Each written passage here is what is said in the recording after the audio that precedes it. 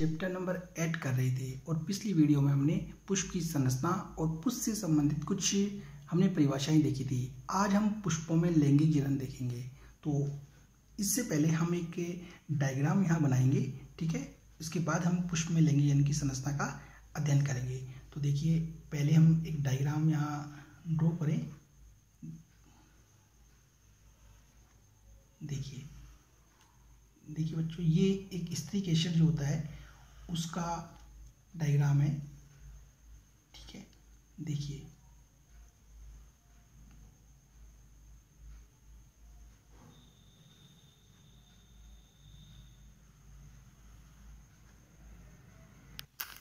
हाँ बच्चों, अब हम इसको थोड़ा सा मार्कर से इसको हाईलाइट करें।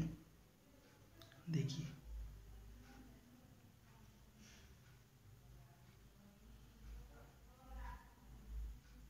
इस प्रकार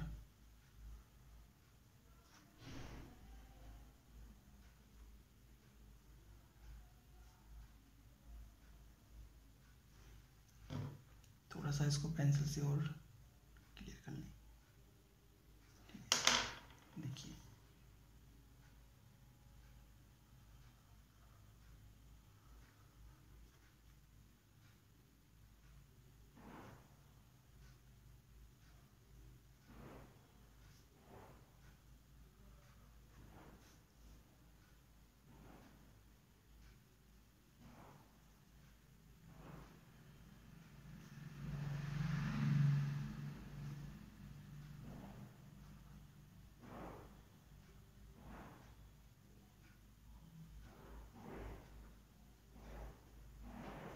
देखिए बच्चों, ये होता है स्त्री केसर का डायग्राम, ठीक है ना। इसके अंदर ये जो टॉप पार्ट है इसको हम कहते हैं वर्तिकाग्र, वर्तिकाग्र, ठीक है। ये यहां से यहां तक का जो नलिका रूपी भाग दिखाई दे रहा है इसे हम कहते हैं वृत्तिका, ठीक है। ये नीचे गोल जो भाग होता है इसे हम कहते हैं अंडाशय, करेक्ट, अंडाशय कहते हैं। ये जो आपको दिख रहा है ये है मादा नर युग्मक, मादा नर, ये मादा नर युग्मक होता है। ये जो स्ट्रक्चर आपको दिख रही है ये वाली, ये होती है परागनली, करेक्ट। ये होता है परागकण, ये जो स्ट्रक्चर देख रहे हो इसको हम कहते हैं बीजांड,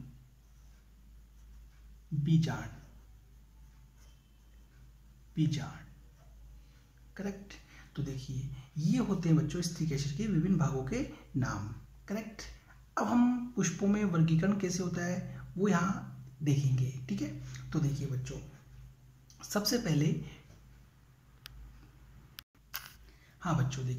सबसे पहले ये जो परागकण होते हैं ये परागकण हवा, पानी, कीटों के द्वारा परागकोश से यहाँ वर्तिकाग्र पर आते हैं। ये परागकण परागकोश से वर्तिकाग्र पर पहुंचते हैं, ठीक है, हवा, पानी, कीटों के द्वारा, ठीक है। तो हम यह कह सकते हैं कि परागकण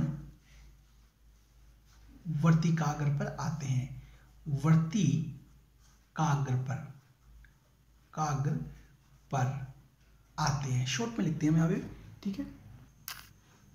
तो परागकण वर्तिकाग्र के ऊपर पहुंचते हैं, करेक्ट। अब जब ये परागकण इस वर्तिकाग्र पर पहुंच जाते हैं तो परागकण अंकुरित होते हैं और इनसे ये पराग नली विकसित होती है, करेक्ट, ठीक है। तो हमने यहाँ लिखा परागकण अंकुरित होते हैं, इससे पराग नली विकसित होती है। अब ये पराग नली इस वर्तिका से होती हुई, अंडाशय से होती हुई ये इस बीजांड में प्रवेश करती है। ये जो स्ट्रक्चर है ये क्या है, बीजांड। ये पराग नली बीजांड में प्रवेश करती है, जैसा कि आप देख रहे हैं कि पराग नली वर्तिका में आई, अंडाशय में आई और बीजांड में प्रवेश करती है, ठीक है। तो हम यहाँ लिख सकते हैं कि यह नली बीजांड में जाती है, बीजांड में प्रवेश तो हम कह सकते हैं कि बीजांड में क्या करती है, प्रवेश करती है। तो यह नली बीजांड में प्रवेश करती है। जब ये प्रवेश कर जाती है तो इसका अग्र सिरा ओपन हो जाता है, खुल जाता है, ओपन सिरा खुल जाता है, आगे का सिरा खुल जाता है, खुल जाता है, ठीक है। इसका अग्र सिरा ओपन हो जाता है। जैसे इसका अग्र सिरा ओपन होता है तो यहां से नर युग्मक, ये नर युग्मक जो होते हैं, नर युग्मक, ये है नर युग्मक, ठीक है, नर युग्मक, ठीक है। ये नर युग्मक यहां से पराग नली की सहायता से गति करते हुए बीजांड में स्थित मादा युग्मक के पास पहुंचते हैं। करेक्ट, ये है मादा युग्मक, ये है नर युग्मक। अब नर और मादा दोनों युग्मक आपस में क्या होते हैं, संलयित हो जाते हैं, मतलब मिल जाते हैं। तो हम कैसे कह सकते हैं कि नर युग्मक नली की सहायता से मादा युग्मक तक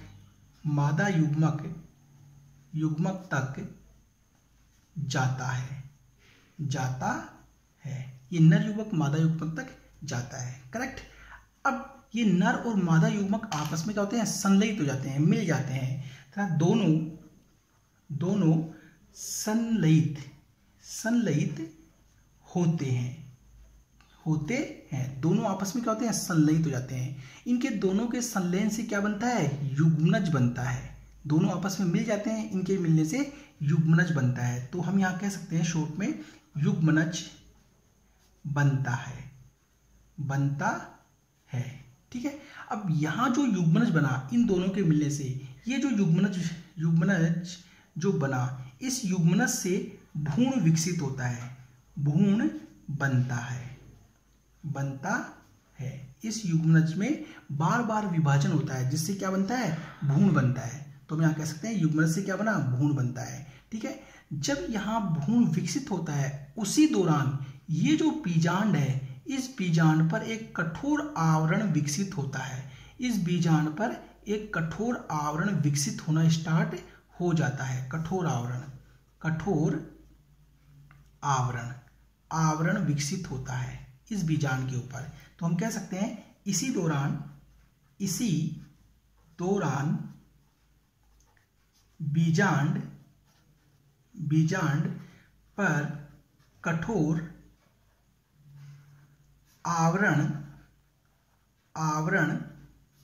बनता है। ठीक है। इस बीजांड पर एक कठोर आवरण बनता है, जिससे बीजांड जो होता है बीज में बदल जाता है। बीजांड बीज में बदल जाता है, जिससे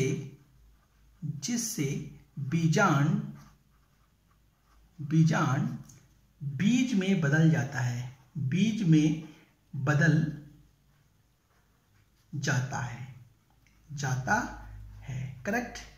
ये बीजांड बीज में बदल जाता है, और जो ये अंडाशय होता है, ये गोल भाग, ये फल में बदल जाता है। अंडाशय फल में बदल जाता है। ठीक है, बदल जाता है। इस प्रकार अंडाशय फल में और बीजांड बीज में बदल जाता है। और बाकी के जो भाग होते हैं, बाह्यदल, दल, पुंकेसर, ये सब नीचे झड़ जाते हैं। तो हम कह सकते हैं शेष भाग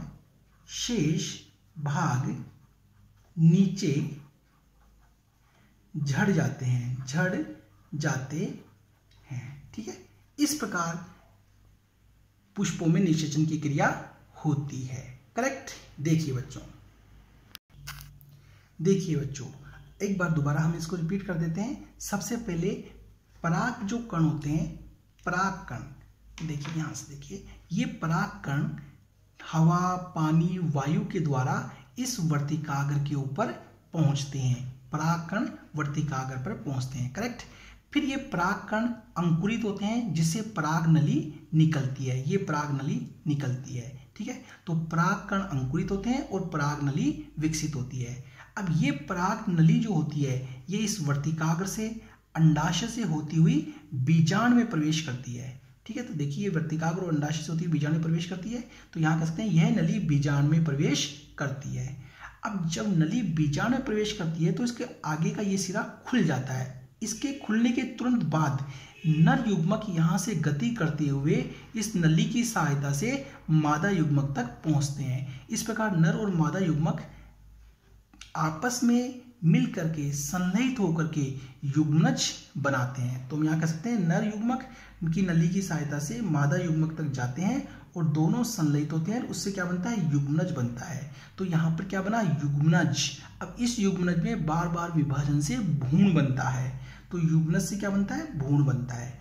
जब यह भ्रूण बनता है उसी दौरान इस बीजांड पर यह कठोर आवरण क्या होता है, विकसित होता है। तो ये बीजांड तो बदल गया बीज में, और ये अंडाशय क्या होता है, फल के अंदर बदल जाता है।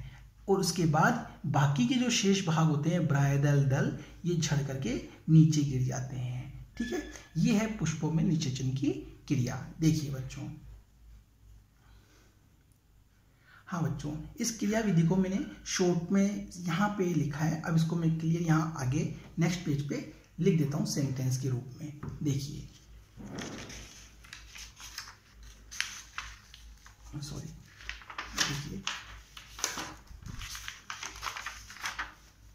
देखिए बच्चों, पुष्पों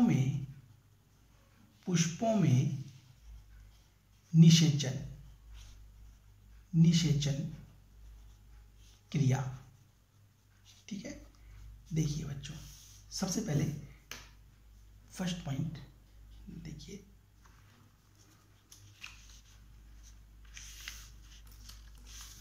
देखिए, फर्स्ट पॉइंट, परागकण वायु, पानी, कीट के द्वारा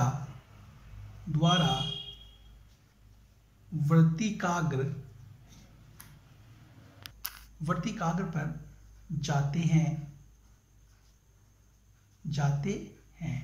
और इनसे पराग नली विकसित होती है। ठीक है, नेक्स्ट पॉइंट, यह पराग नली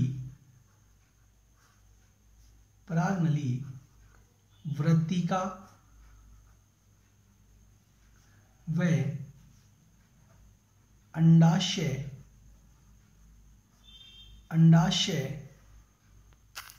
अंडाशय से होती हुई बीजांड में प्रवेश करती है। ठीक है, बीजांड के अंदर जैसे ही प्रवेश करती है, इस नली का अग्र भाग खुल जाता है,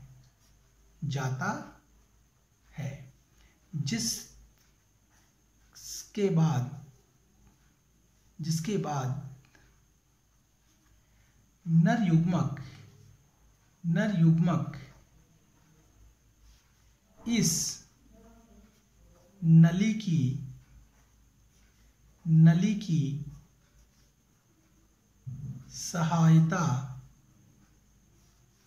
से मादा युग्मक तक जाते हैं। ठीक है, नर युग्मक मादा युग्मक तक जाते हैं और दोनों संलयित होकर युग्मनज बनाते हैं। दोनों संलयित होकर के युग्मनज बनाते हैं। इस युग्मनज में विभाजन होने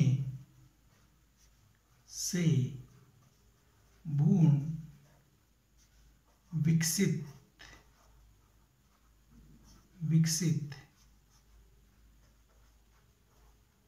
होता है। ठीक है। इसी दौरान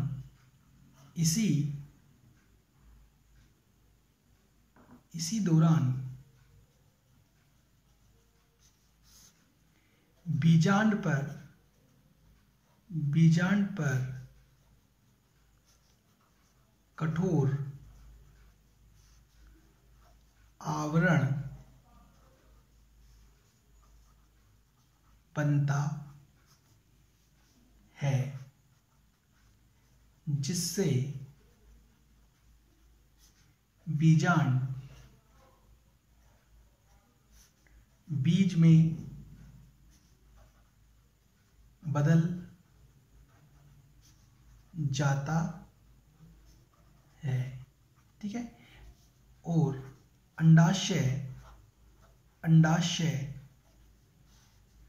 फल में बदल जाता है। पुष्प के शेष भाग जैसे दल, ब्रायदल, पुंकेसर सभी नीचे गिर जाते हैं। ठीक है। ये है बच्चों पुष्पों में निषेचन की क्रिया। ठीक है। एक चीज, जब नर और मादा युग्मक आपस में मिलते हैं, जब दोनों आपस में मिलकर के युग्मनज बनाते हैं, तो इस क्रिया को हम क्या कहते हैं? निषेचन क्रिया। इसे निषेचन कहते हैं। जब नर और मादा युग्मक आपस में संलयित होते हैं और युग्मनज बनाते हैं, तो इस क्रिया को हम कहते हैं निषेचन की क्रिया कहते हैं। करेक्ट। देखिए बच्चों, ये है निषेचन की क्रिया पुष्पों में। हाँ बच्चों, अब हम अगला टॉपिक करेंगे नर जनन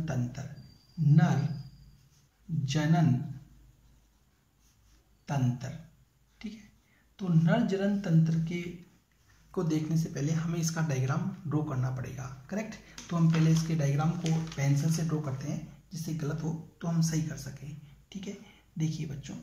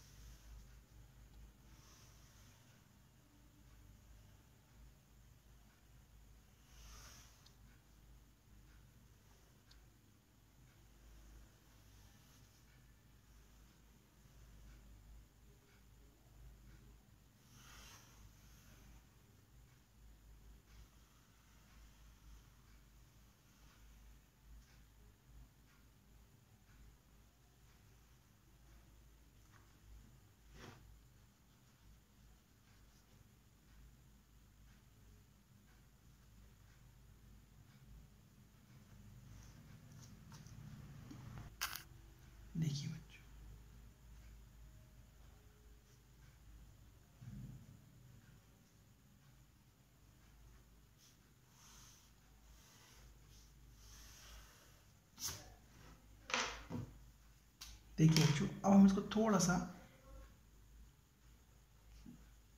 मार्कर से हाईलाइट करते हैं, जिससे कि प्रॉपर दिखे।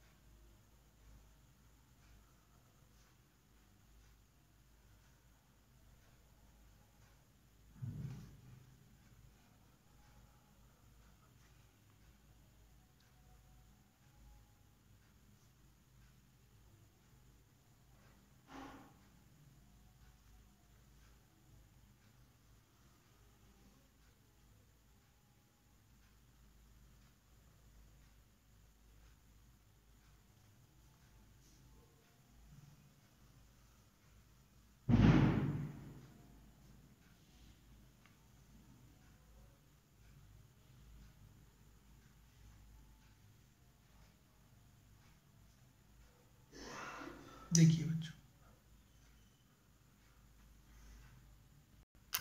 देखिए बच्चों,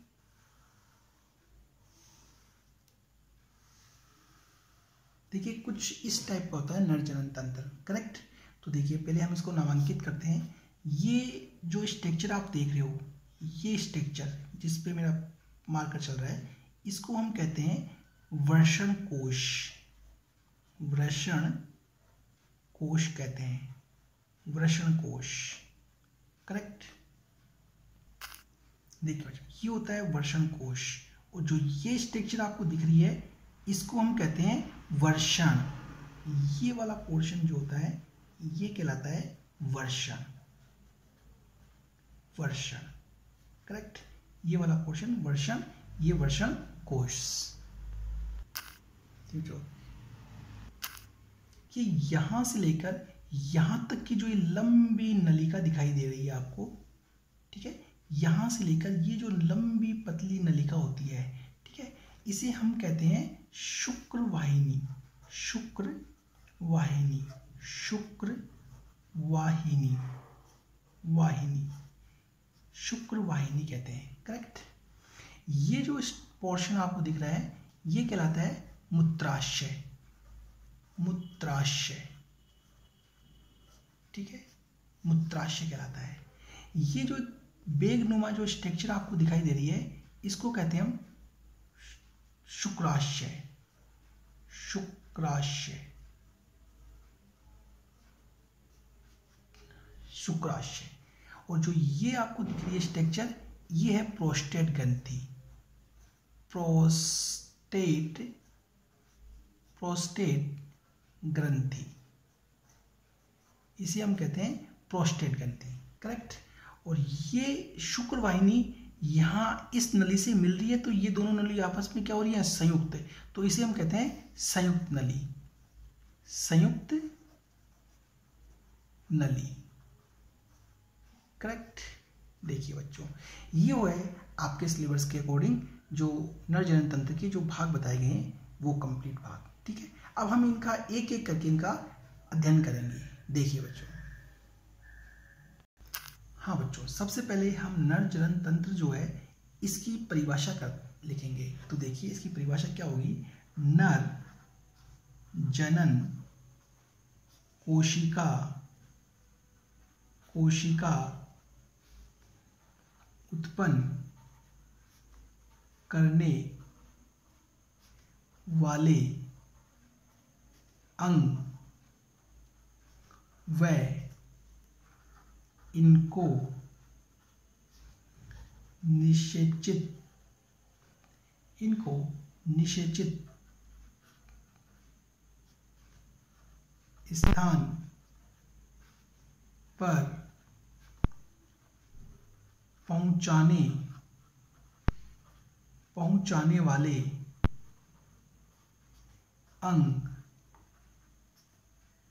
अंग मिलकर नर जनन तंत्र बनाते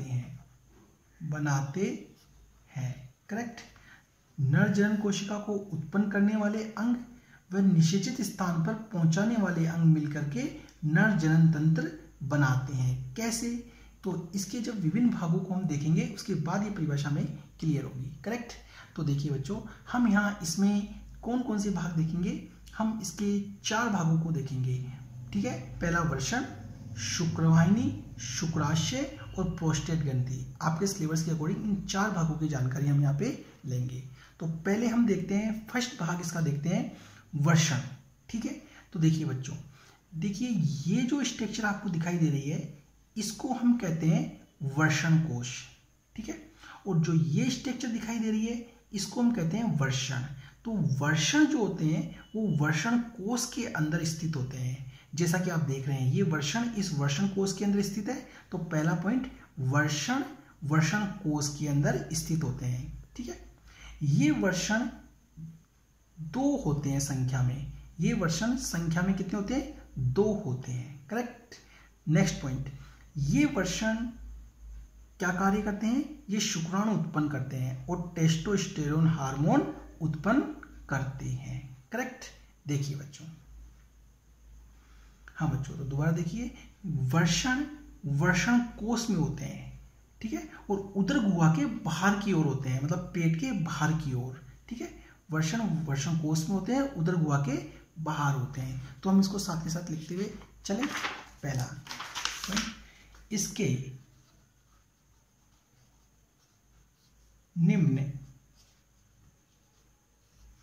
भाग है। फर्स्ट है वर्षण। देखिए, फर्स्ट वर्षण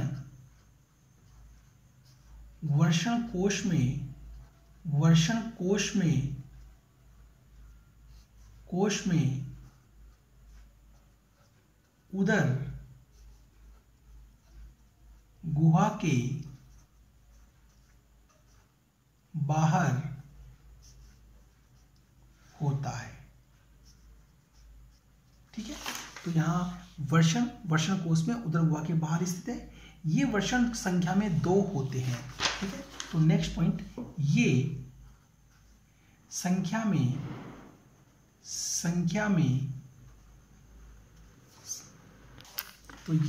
कितने होते हैं? 2 होते हैं। इन वर्षण का क्या काम है? ये वर्षण शुक्राणु उत्पन्न करते हैं और साथ में टेस्टोस्टेरोन हार्मोन उत्पन्न करते हैं। जैसे कि ये शुक्राणु का निर्माण करते हैं, इस प्रकार ये शुक्राणु हो गए, शुक्राणु का निर्माण करते हैं और टेस्टोस्टेरोन हार्मोन उत्पन्न करते हैं। तो हम ये कह सकते हैं कि ये शुक्राणु उत्पन्न करते हैं और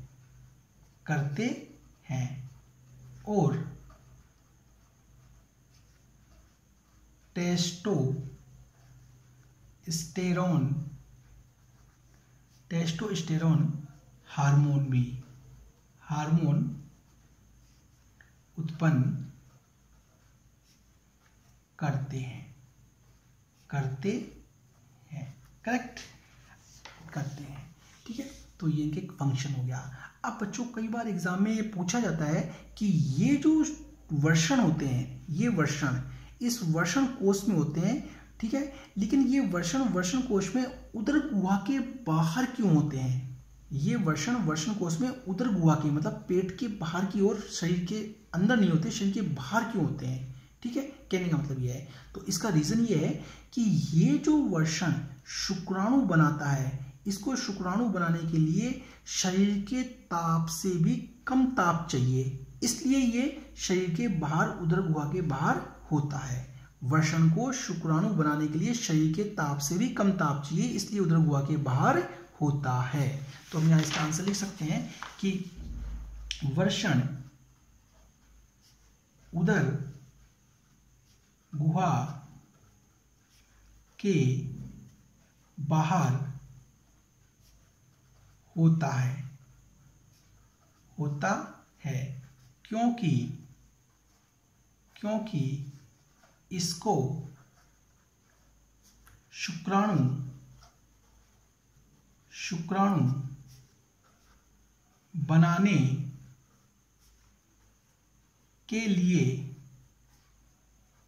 बनाने के लिए शरीर के ताप से कम ताप चाहिए, इसको शरीर कम ताप चाहिए। करेक्ट। इसे प्राथमिक लैंगिक अंग कहते हैं। करेक्ट। तो देखिए, ये था बच्चों वर्षण के बारे में कि वर्षण कोष में होते हैं, उदर गुहा के बाहर होते हैं, शुक्राणु बनाते हैं, टेस्टोस्टेरोन हार्मोन उत्पन्न करते हैं। करेक्ट। अब नेक्स्ट हमारा हिस्सा आता है शुक्रवाहिनी। तो यहां से यहां तक की जो लंबी पतली नली होती है, इसे शुक्रवाहिनी कहते हैं। करेक्ट। इस शुक्रवाहिनी का क्या काम है? यहां पे जो शुक्राणु बने, इन शुक्राणुओं को वर्षण से इस शुक्राशय तक पहुंचाने का काम ये शुक्रवाहिनी करती है। ये शुक्रवाहिनी क्या करती है? वर्षण से शुक्राशय तक शुक्राणुओं को पहुंचाती है। करेक्ट। तो हम यहां नेक्स्ट लिखेंगे दूसरा भाग, शुक्रवाहिनी। शुक्रवाहिनी, वाहिनी, ठीक है। तो देखिए बच्चों, शुक्रवाहिनी के बारे में, यह लंबी पतली नली होती है। लंबी पतली नली होती है। यह वर्षण से शुक्राशय तक शुक्राणु पहुंचाती है। करेक्ट। देखिए बच्चों, हाँ बच्चों, देखिए ये होता है मूत्राशय। इस मूत्राशय से ये जो नली निकल रही है, ये शुक्रवाहिनी इस नली से यहां पर मिल करके एक संयुक्त नलिका बनाती है। ये शुक्रवाहिनी इस मूत्राशय से आने वाली नली से यहां पे मिल करके एक संयुक्त नली बनाती है। तो हम यहां एक लाइन और लिख सकते हैं कि यह मूत्राशय से आने वाली नली से मिलकर संयुक्त नली बनाती है। संयुक्त नली बनाती है। करेक्ट। तो ये संयुक्त नली का निर्माण करती है। ये था शुक्रवाहिनी के बारे में। देखिए बच्चों,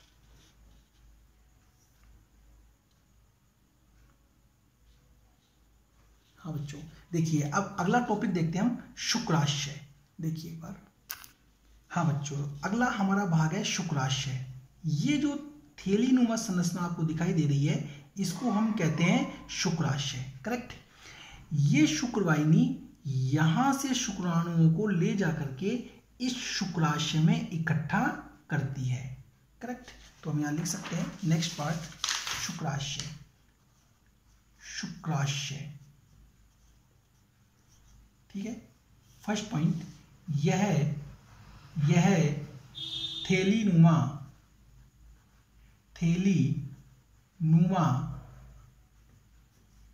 संरचना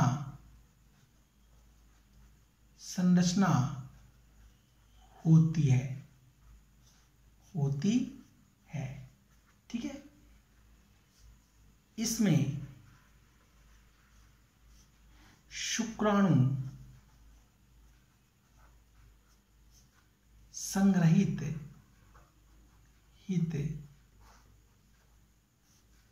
रहते हैं।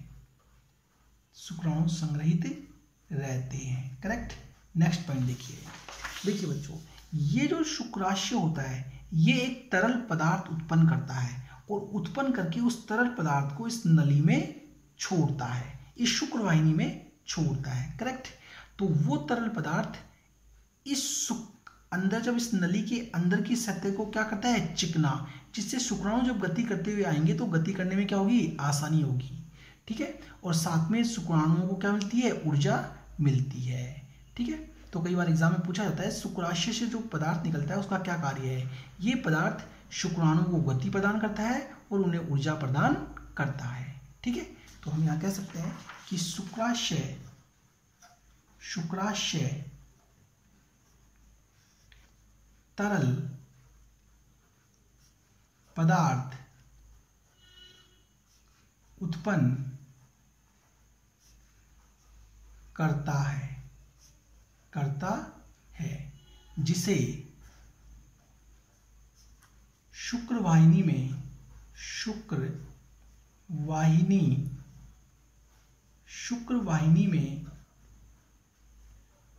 छोड़ता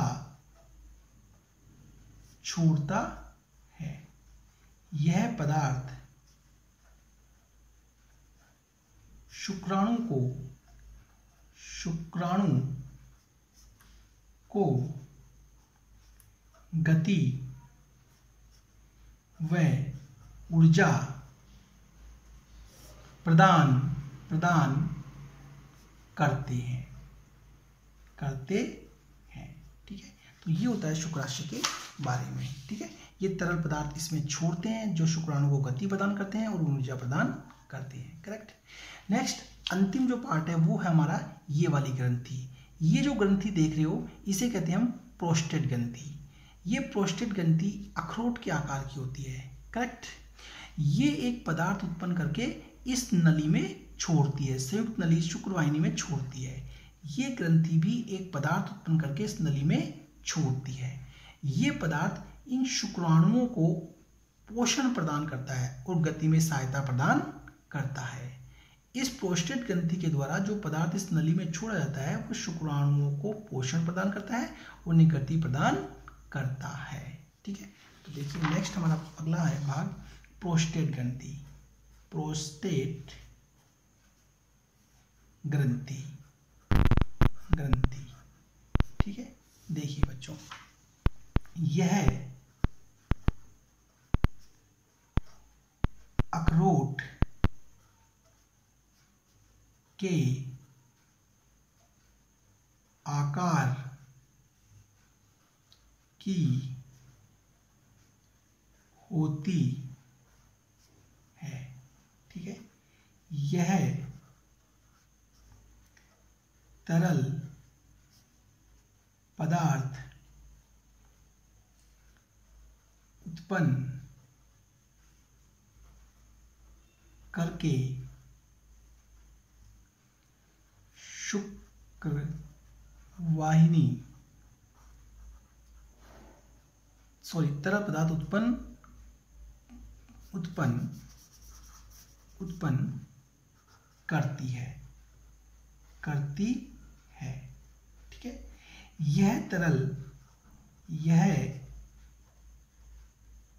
तरल पदार्थ शुक्राणु को पोषण देता है और गति देता है और गति में सहायक होता है। ठीक है, तो ये होता है बच्चों प्रोस्टेट ग्रंथि के बारे में। दोबारा एक बार देख ले, ये जो ग्रंथि होती है अखरोट के आकार की, इसको कहते हैं हम प्रोस्टेट ग्रंथि। ये एक तरल पदार्थ उत्पन्न करके इस नली में छोड़ती है। ये पदार्थ जब इस नली में आता है तो इस नली में शुक्राणुओं को पोषण प्राप्त होता है और उन्हें गति में सहायता प्रदान प्राप्त होती है। ठीक है, देखिए बच्चों, हाँ बच्चों, ये थे नर जनन तंत्र के भाग। ठीक है, आपके एनसीईआरटी के 10th क्लास के सिलेबस के अकॉर्डिंग इसके 4 भागों के बारे में बताया गया है जिसका हमने यहाँ पे अध्ययन किया है। ठीक है, तो बच्चों आज हम इस वीडियो में हमने पुष्पों में निषेचन और नर जनन तंत्र के बारे में देखा है। ठीक है, ये वीडियो आपको पसंद आई होगी, प्लीज़ इसे सब्सक्राइब करिएगा जिससे हम अगले टॉपिक की वीडियो आपको समय पर उपलब्ध करवा सकें। ठीक है, थैंक यू।